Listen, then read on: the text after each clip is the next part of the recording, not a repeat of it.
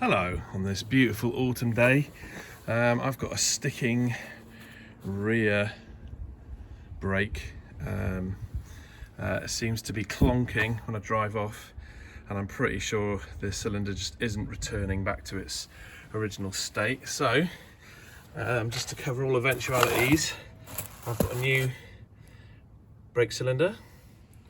I have a new Flexi, which is probably what the problem's going to be, and a new copper nickel copper bit to go from the Flexi to the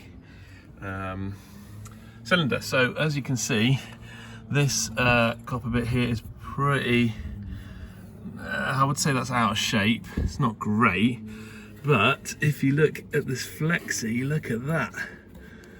That's not good. Can you see that ridge there that's been, I don't know what's happened there. It's been squished between something and something, possibly this, as the suspension's been moving up and down. This whole arm moves up and down, so I don't know what's happened there, but I'm really glad I'm replacing that. That's not good.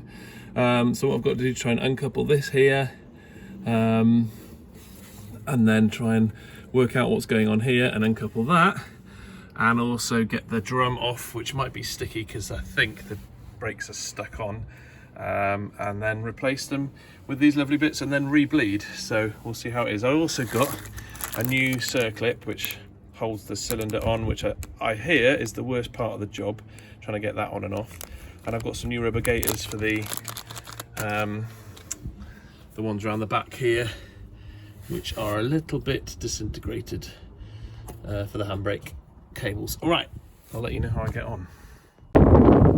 So yeah, quick test. Push the brake pedal, the cylinder forces apart, but it doesn't come back together again. It's and what I suspect is there's something in the pipes that basically means the fluid is being pushed through with the force of the brake pedal, because the inside of the pipe is not, the diameter's either got clogged up or shrunk, the fluid is not going back in, and the strength of the springs aren't enough to squish it back together again. So I'm pretty sure that is what the problem is here. So when you're reassembling your Stag drum brakes, this spring needs to, the top one needs to go behind.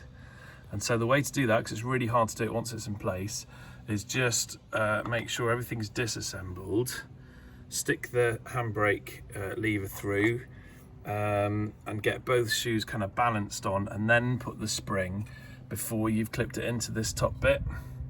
Okay, so then what you can do is just stretch out and clip these top bits in with the top spring in place, and then you can start clipping in the rest of it and getting the other springs in. But that is how to get the spring on the inside where it should be, to make sure the drum shoes are pulled back and not pulled forward.